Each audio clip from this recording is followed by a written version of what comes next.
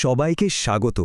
আজকে আমরা একটা দারুণ জার্নিতে যাব, দেখব কিভাবে ডেটা সেন্টারগুলো সময়ের সাথে সাথে বদলে গেছে। একটা সময় ছিল যখন সবকিছু আলাদা আলাদা বাক্সে বা সাইলোতে থাকত, আর আজ আমরা কথা বলছি বিশাল স্কেলেবল সিস্টেম নিয়ে। চলুন এই বিবর্তনের গল্পটা শোনা যাক। তো প্রশ্নটা দিয়েই শুরু করা যাক, তাই না? ডেটা সেন্টারগুলো আখির এত জটিল হলো কেন?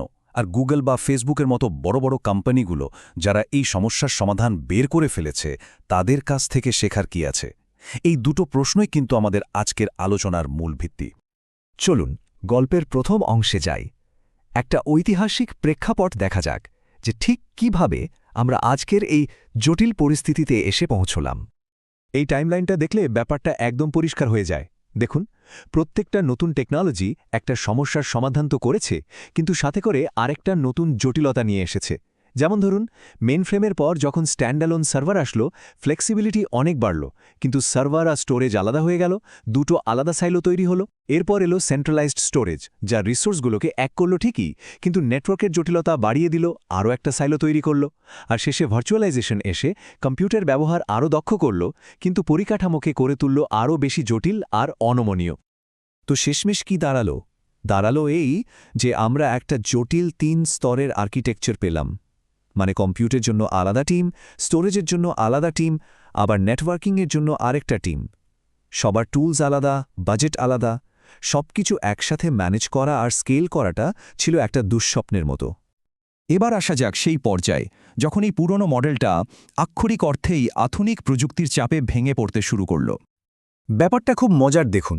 সলিড স্টেট ডিস্ক মানে এসএসডি যখন আসলো, সবাই ভাবল সমস্যার সমাধান হয়ে গেছে। কিন্তু হলোটা কি? এসএসডি এতটাই ফাস্ট ছিল যে এরা সমস্যার কেন্দ্রবিন্দুটাকেই বদলে দিল। ডিস্কের দিক থেকে চাপটা সরে গিয়ে সরাসরি নেটওয়ার্কের ওপর পড়ল, কারণ নেটওয়ার্ক সেই গতিটা সামলাতেই পারছিল না। 5,00,000%? মানে ভাবা যায়, এটা কোনো ছোটখাটো সংখ্যা না। আসলে এর মানে হলো, ডেটা যদি লোকাল মেমোরিতে না দেখে নেটওয়ার্ক পার করে আসতে হয়, তাহলে পারফরম্যান্সের কী সাংঘাতিক ক্ষতি হতে পারে। যেখানে লোকাল অ্যাক্সেস হয়তো 100 ন্যানোসেকেন্ডে হচ্ছে, সেখানে নেটওয়ার্ক দিয়ে আসতে সেটা 5 লাখ ন্যানোসেকেন্ডও লেগে যেতে পারে। বিশাল পার্থক্য। এই টেবিলটা দেখুন, তাহলেই বাধাটা কোথায় ছিল সেটা আরও পরিষ্কার হবে।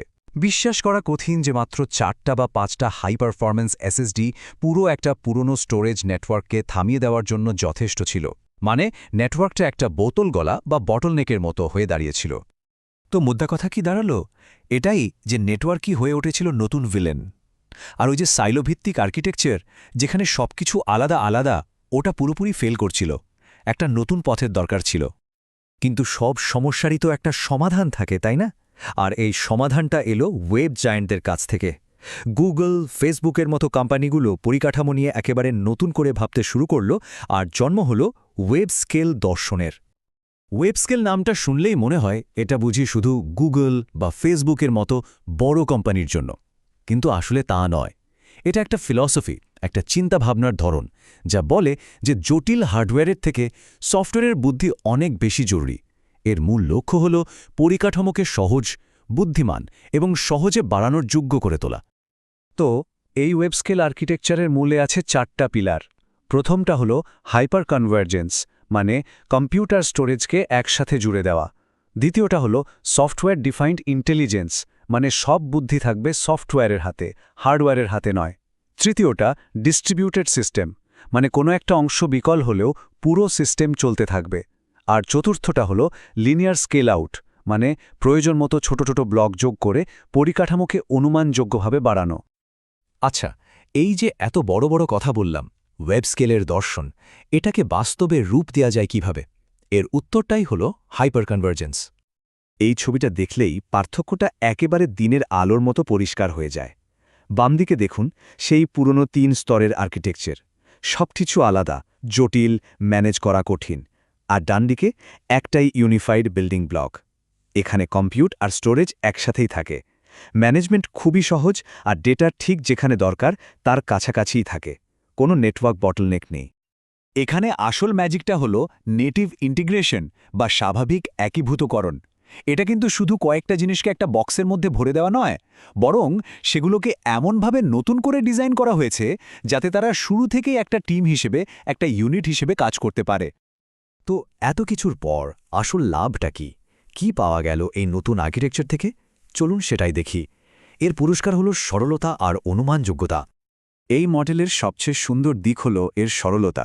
এটা অনেকটা লেগো ব্লকের মতো, তাই না? যখনই আপনার আরও পাওয়ার দরকার হবে, জাস্ট আর একটা ব্লক যোগ করে দিন, ব্যাস। আর নতুন নোটটা শুধু স্টোরেজ বা শুধু কম্পিউট যোগ করে না, দুটোই একসাথে যোগ করে, ফলে পারফরম্যান্সও সমানভাবে বাড়ে। এই গ্রাফটা দেখুন, একদম সোজাসাপটা হিসাব। যতগুলো নোট যোগ করা হচ্ছে, পারফরম্যান্স আর ক্যাপাসিটি ঠিক ততটাই বেড়ে যাচ্ছে। কোনো কিন্তু নেই, কোনো যদি নেই, একদম প্রেডিক্টেবল। পুরনো আর্কিটেকচারের মতো পারফরম্যান্সের অপ্রত্যাশিত ওঠানামার কোনো ভয় এখানে নেই।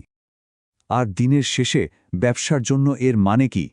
এর মানে হল আইটি টিম এখন আর শুধু যন্ত্রপাতি সামলাতে আর জটিল পরিকাঠামো রক্ষণাবেক্ষণে ব্যস্ত থাকবে না। তারা মন দিতে পারবে আসল কাজে, অর্থাৎ ব্যবসার জন্য নতুন অ্যাপ্লিকেশন তৈরি করা এবং পরিষেবা দেওয়া। তারা হয়ে উঠবে উদ্ভাবনের অংশীদার, শুধু রক্ষণাবেক্ষণকারী নয়। তো আলোচনা শেষ করার আগে এই প্রশ্নটা সবার জন্য, আমাদের যে পরিকাঠামোগুলো আছে সেগুলো কি অতীতের কথা ভেবে বানানো নাকি ভবিষ্যতের চ্যালেঞ্জ নেওয়ার জন্য তৈরি? আজকের এই বিশ্লেষণ এটাই দেখালো যে প্রযুক্তি এগোচ্ছে আর তার সাথে তাল মিলিয়ে পরিকাঠামোকেও বদলাতে হবে।